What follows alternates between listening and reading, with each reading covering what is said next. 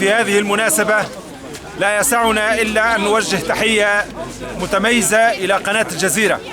قناة الجزيرة هذه القناة بكل فروعها، الجزيرة مباشرة والجزيرة قناة الجزيرة، نوجه لها تحية إكبار وتحية مهنية على دورها الذي تقوم به في نصرة قضايا الأمة، وبالخصوص في هذه الأيام في تعرية معناها أو تغطية الأحداث كما تقع في تونس وإظهار الحقيقة للمواطن التونسي ولعموم الناس. تحية إلى هذه القناة المناضلة المهنية التي فضحت ممارسات الظلم وممارسات القمع التي سلطت على الشعب التونسي، فهي قناة هي منبر الشعب التونسي.